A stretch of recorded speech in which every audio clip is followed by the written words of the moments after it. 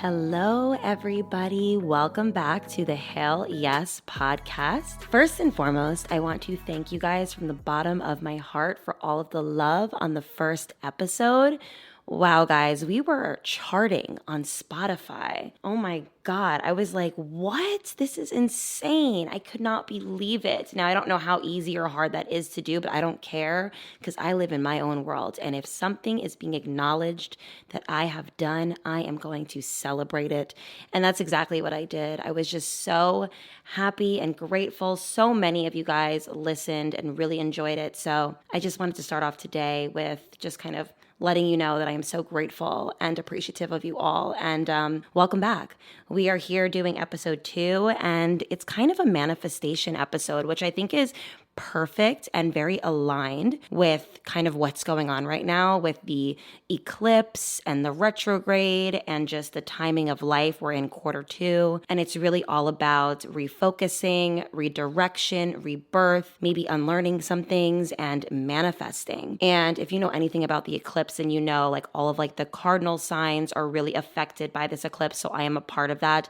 I believe it's also Aries, Capricorn. Who else? I believe, oh my goodness, why can't I think right now? Libras are also affected. Yeah, I'm sure you guys know more than me. I'm not like super big in astrology, but I listen to just enough to know where I'm at because I'm like, okay, I definitely feel weird, but I don't know why. So I love when I hear that it's because of just everything going on astrologically and just in the world. So today is a powerful manifestation episode. I'm going to be sharing some personal stories with you guys and just helping you get to the next phase in your life. I know for me that when I decided, because it was a decision to get the life that I wanted and to achieve it and to make it a real thought and put action behind it, it was something that took a lot of convincing and unlearning and reteaching and reparenting.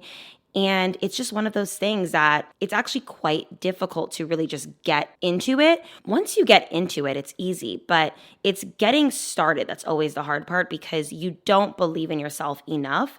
And depending on your life circumstances or what you go through, you really don't feel like you either deserve it or that it's possible. It feels very out of reach. And I wanted to touch on 3 things today that I think everybody wants to really achieve and are like goals that are important to them, which is like your dream life, your body goals, and your love and dating life. So we're going to kind of touch on all those things, and I'm going to be speaking from experience. Remember, guys, these are my personal experiences. I am not a coach.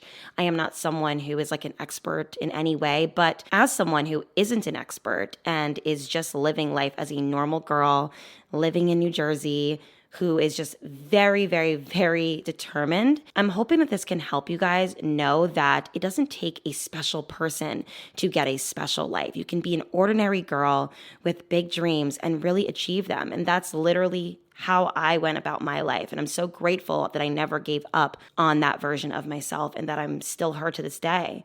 So I'm hoping that you guys can really get something out of this episode and feel ready to conquer the week, because manifesting your dream life is so deep, it's so important, and it is, in my opinion, the reason for my happiness. I think that I would not be as happy as I am today if I was living a life that was either a lie or a life that I didn't want. So just going towards the goal of whatever it is you want, make sure that you walk in that purpose every single day. And not everybody's dreams, goals, and ideas are going to be the same. They're not going to always be as big or as small as each other's. That's okay. This isn't about getting what other people view as a dream life. This is about getting your dream life. So let's just get into it. So we're going to first talk about how to get your dream life and actually see results in all of this. When I really sat down and I thought about it, because obviously for many years, I knew subconsciously what it was that I wanted out of life, but it really did feel very out of reach. When you're a regular person living a regular life and you have big dreams and big goals that are not aligned with your day-to-day routine, it's difficult to really envision that life for yourself because you're like, how am I going to get from A to B? Well, it all comes from within. And the life that you want is contingent on the life that you live in your head. So you really have to change your mindset. And it's huge. It's a big part of my manifestation rituals and me actually achieving and seeing results. How do you speak to yourself? What is your energy and how is it radiating? Like, how are others receiving your energy? How much are you bracing for failure? And what's your daily routine? So these are things that I really want you guys to consider and think about when you are in your head and getting the mindset of someone who actually can achieve your dream life. So I'm going to go through each one and how I fixed those parts of myself. So the first one was, how do you speak to yourself? So I think prior to actually seeing results, I vacillated between being super confident and determined, but then another part of me was super negative and felt like it was too hard or out of reach. You have to completely get rid of that mindset. And I know it's easier said than done. But if you have an inkling that it's not going to work out, or you're a negative person, or you're unhappy because it's not here yet, you are going to naturally manifest not such great things for yourself. I know for me that I was always super future focused. And although that is really wonderful, a huge part of manifesting is releasing that future goal and then improving your day-to-day routine. So instead of always thinking about 6-7 years from now, what are you doing right now that's going to get you to that goal? So that is what I think is really important to work on. That's really just about your daily routine. What energy are you radiating? Now, this is something that is huge in the world. And I don't really know what the word is called, but energy is insane and it's massive. I will never forget the day after I became single. I felt, and this is kind of a personal story, but there's nothing wrong with it. I remember I didn't want to be depressed. I didn't want to be negative. I didn't want to be in bed. I wanted to start embracing my new single life. And by single life, what I really mean is my full autonomous life. I wasn't really looking for love or anything like that, but I was looking for love within my own life because I didn't know my life without a person. So I remember I got dressed up the day after and I put on a workout set and I put on a hat and I went to Starbucks and I got a drink and I went inside and ordered. And I'm telling you guys, this was literally the day after I became single. And a man chased me out of Starbucks and was like, "You are so beautiful. I would love to get your number." And I got in my car and I laughed. You know, obviously I gave him my number or whatever, but I got in my car and I laughed because I thought, oh my God, I'm single one day and a guy is chasing me out of Starbucks. And now looking back on it, I realized that energy really radiates.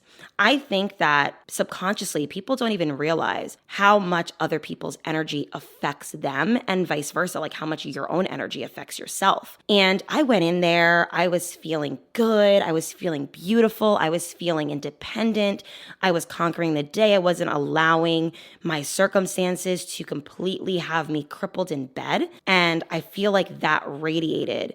And that particular person felt my energy and felt compelled to speak with me. And what's so funny that is something that I thought of that day was in the 7 years I was in a relationship, a guy has never approached me. Now, obviously, I don't mind. I was in a relationship, but it's just ironic and it's funny because how do men know that you're in a relationship? But I believe that it really is an energy exchange.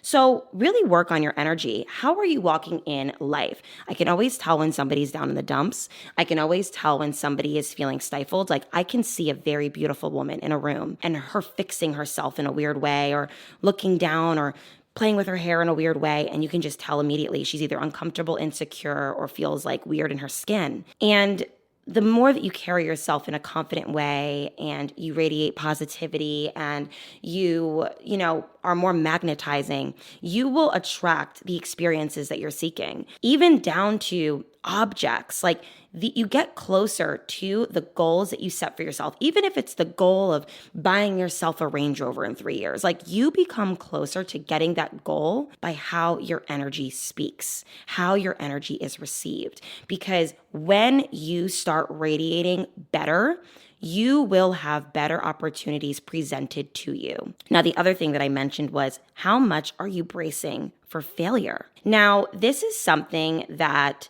we are taught at a young age, and I don't really know why, but I'm assuming it's because a lot of people have had a lot of shitty experiences and they project them onto other people. And they don't want people to get their hopes up when it pertains to setting goals and actually seeing a win from them.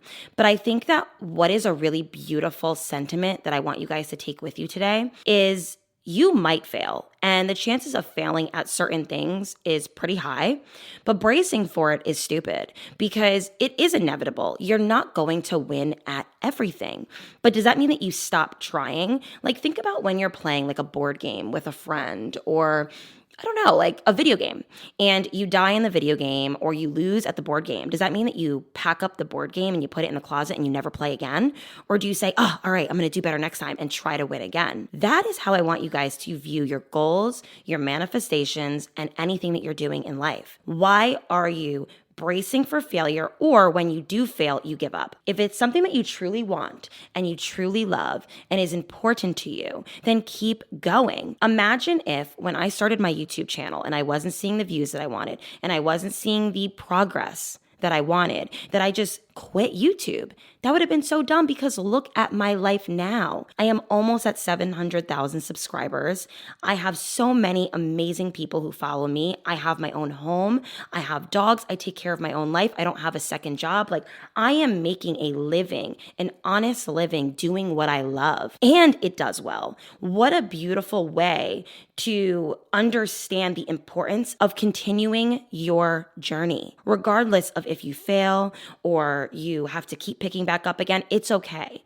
You want to build that resilience anyways. Now, I kind of want to discuss some of the things that I struggled with before my dream life came true, because these are things that sometimes we have to get rid of in order to really see the results. Because remember, this episode is about how to get what you want and actually see results. So the truth is, I was struggling with some serious arrested development before my dream life came. I was someone who thought that I could wake up and have a home, have dogs, have the car, have the job, have this, but I didn't even have the know-how to actually be able to sustain these things and to be able to walk in that purpose, because I had no clue how to even do it. So something that's really important is to ditch your self-righteousness and your delusions. And I think that there is a difference between being delusional in a bad way and being delusional in a good way. What I would suggest is being delusional in a good way looks like you striving for your most sexy, confident, and amazing self, even if you're insecure. That's delusion in a good way, and believing that you're going to have everything that you desire. But delusional in a bad way is when you purposefully do not want to learn or grow or evolve into the person that actually receives the things that you desire. I had to teach myself how to be the woman who receives that life. That was the shift. Do I even know how to pay bills? What kind of woman does that? What are my long and short-term goals, and what are the priorities? What does my day-to-day look like? Like, I was waking up at a different time every day. I had no goal for the day. I kind of just went off of vibes. What a stupid thing to do if you want to be an entrepreneur. Like, you still have to create somewhat of a schedule for yourself to follow.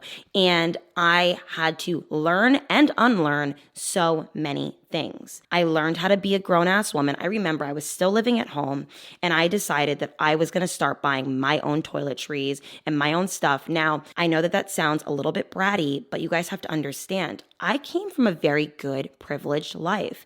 And a lot of people will, I guess, make people feel bad that came from a privileged life about the fact that they did, and that's the reason why they're successful. But what's actually quite interesting about my story is my parents do well. But I think that sometimes it's even harder to succeed when your parents do well, for the simple fact that you have a standard and a set goal based off of your own life. And then you realize, holy crap, my parents did so much to get there, and to actually fill their shoes is very difficult.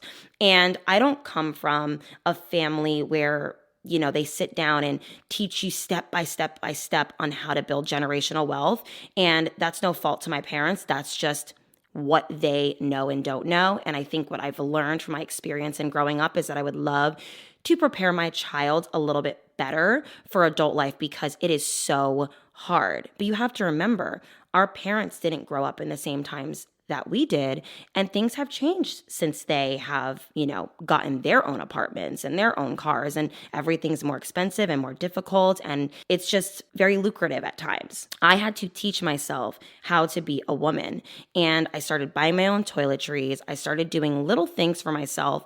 I even was cooking at home, so I would actually have a meal service that was sent to my house. Rather than eating what my mom cooked, I would make my own dinner.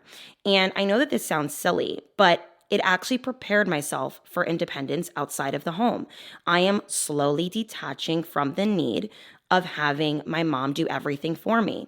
I'm doing my own laundry, I'm cooking my own dinners, I'm paying my car note, I'm doing all of these things so that when I do live on my own, these things don't overwhelm me. How the hell are you going to have this lavish, wonderful life and you think it's just gonna all just be paid for on auto pay? Like, yeah, technically you could have everything on auto pay, but you got to know how to put it in auto pay, and that's a project in itself. So my point is, become the woman or the man that actually receives these things. Having arrested development as a woman is no excuse anymore. And I am all for women being in their feminine energy and having help.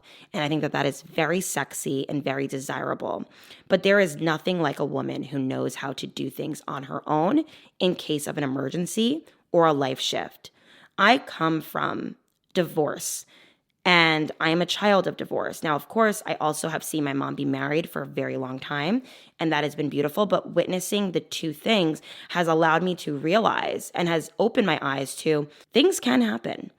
And I don't want to fall apart when things happen. I want to be a woman who knows how to keep everything in order regardless of my circumstances. And if I have this louder and lavish and very just insane life goal to become someone, that also means that I have to be able to be the person who can keep up with that. Now let's talk about body goals, or just your physical appearance in general, and how to actually see results in this.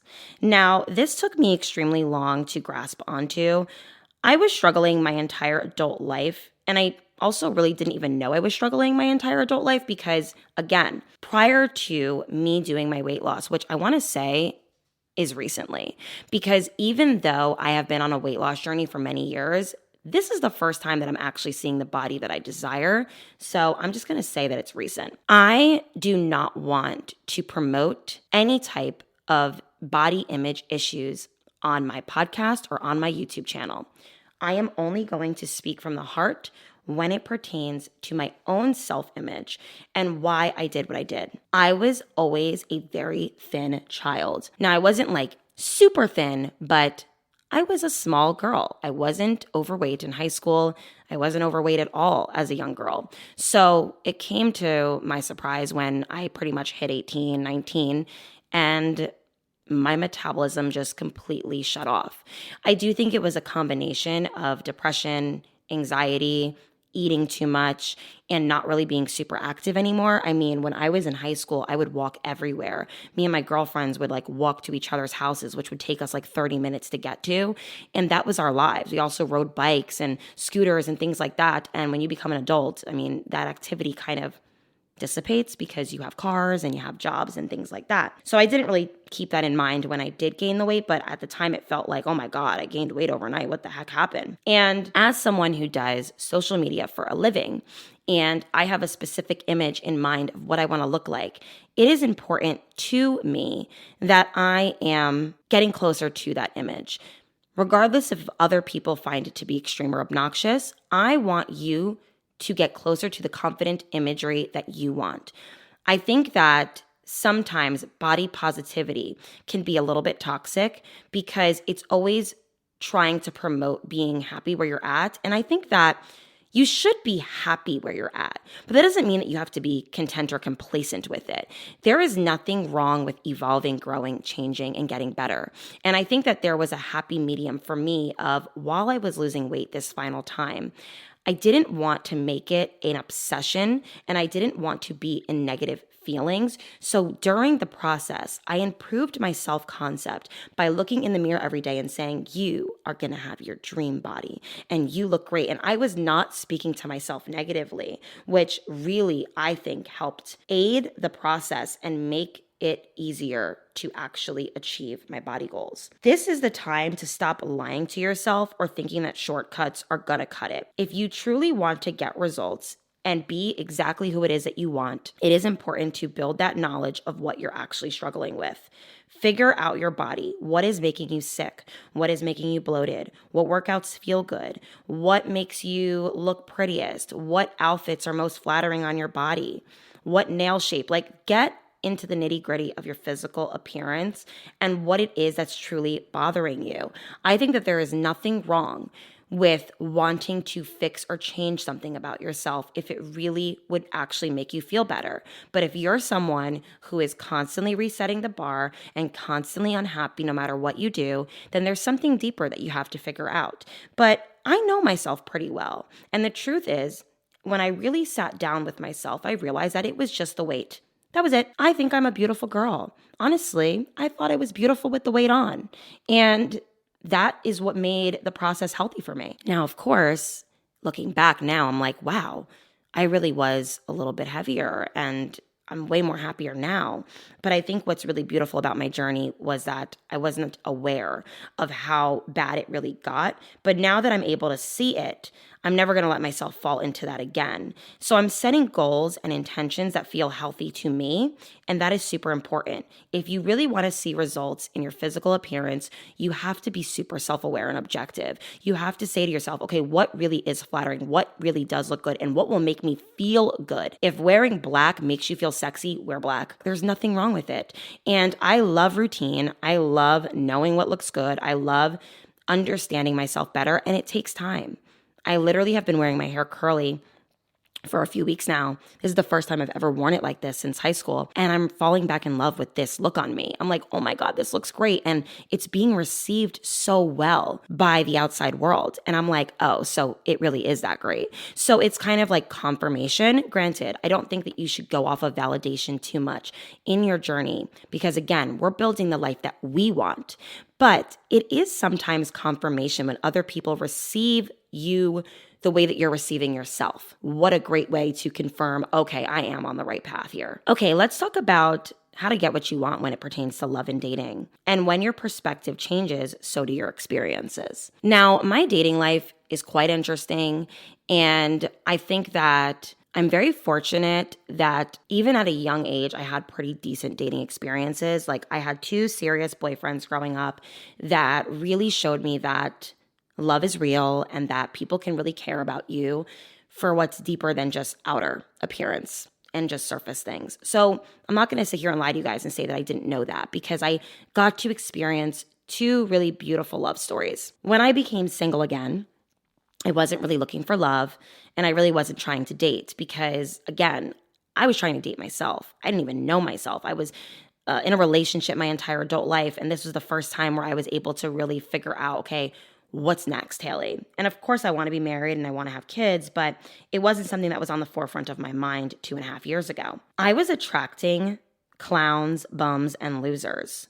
And I was so confused and I blamed the dating pool. Now I realize it was me all along. And I kind of want to share what I realized about myself. I think that in the beginning of my dating life, now remember, I wasn't looking for a long-term partner, but I was definitely dating maybe like 6 to 8 months after my breakup.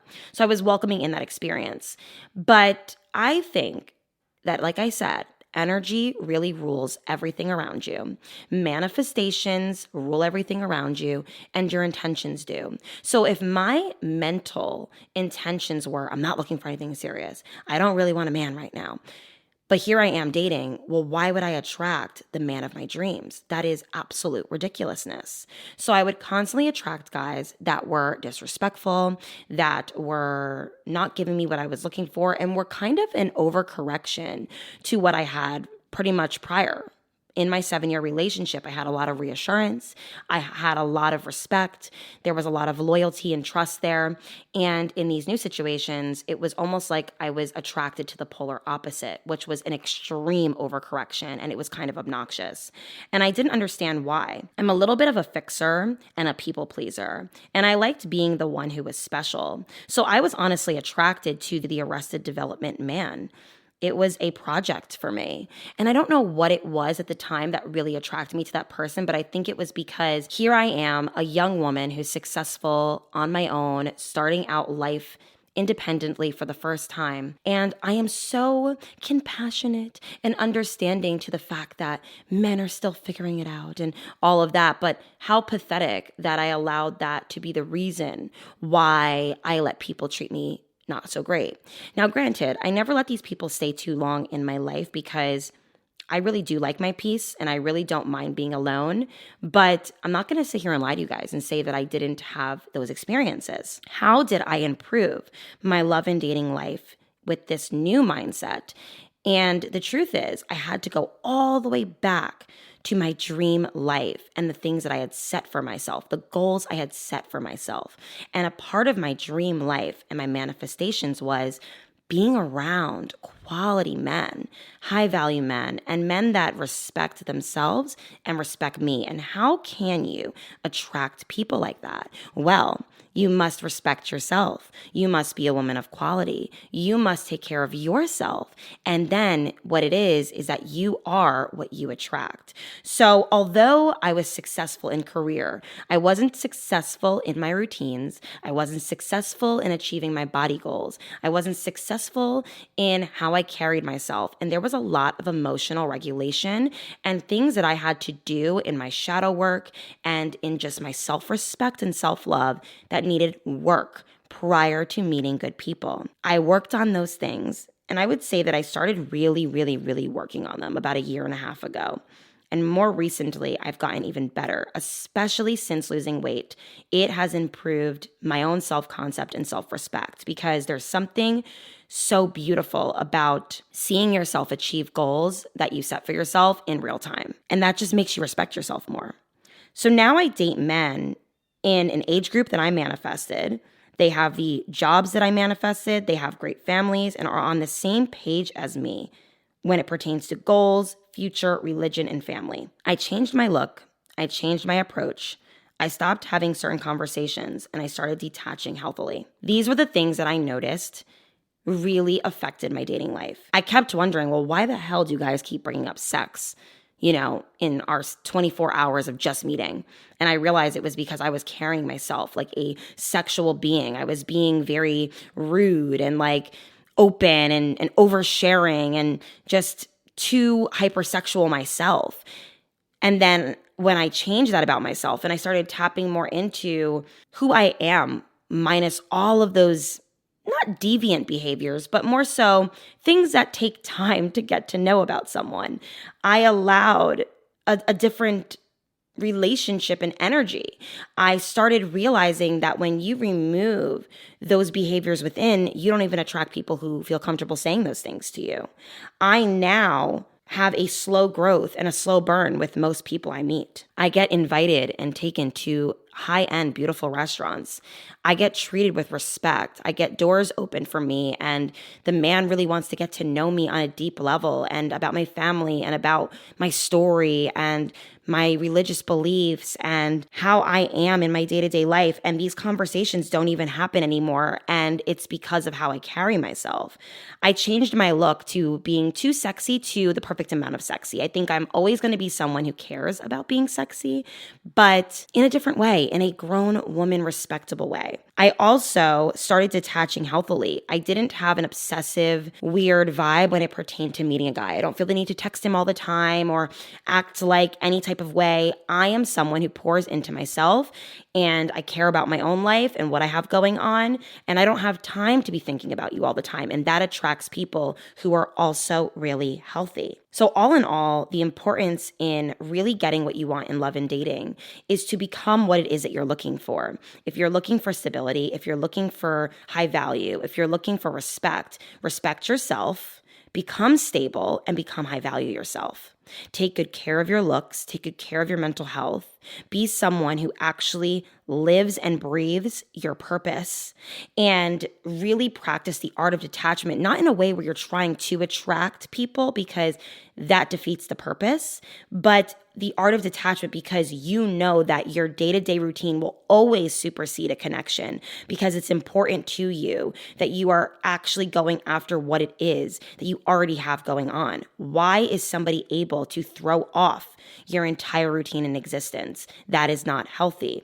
And that means that you need to do a little bit more soul searching. So I found that in my own life, the more that I poured into myself, respected myself, and became the high value woman that I think is important, I realized that I started to attract people who also are like that. Essentially, what I want you guys to take from this episode is the power of manifestation and goal setting and actually doing things that get you closer to that. Your day-to-day routine, how you carry yourself, how you live and breathe, the work that you've done, the releasing of negative energy, and starting to become energetically more magnetizing. You will see things so quickly. You will see what you're looking for happen so quickly. It literally happens overnight. When I tell you guys, I started seeing results in my dream life. I started to become the woman that I always dreamed of. And I started dating way better candidates that could be great partners and great husbands and great fathers when I started becoming the woman that can receive those things. You need to really step back, write down what it is that you're looking for, and then become her. I'm telling you, you will see results so fast. I will never forget the day that I became, I guess you can say, bigger on YouTube. And I could have fallen off and been so like, oh, I don't even care, and unappreciative. But I used that time that I got a little recognition to keep pouring into that. I developed a routine. I allowed myself to continue working in that way, and the results just kept improving. And I saw my life transform in a matter of months. And I have never, ever, ever not received in that way ever since. And that was back in 2019, ladies and gentlemen. So you can really change your life if you allow yourself to. And it's not for only special people. It's for the average girls and guys who want to stop being average. It's a decision. And I know you guys can do it. I love you guys so much. I hope you enjoyed today's episode, and I will speak to you guys next Tuesday. Love you all so much.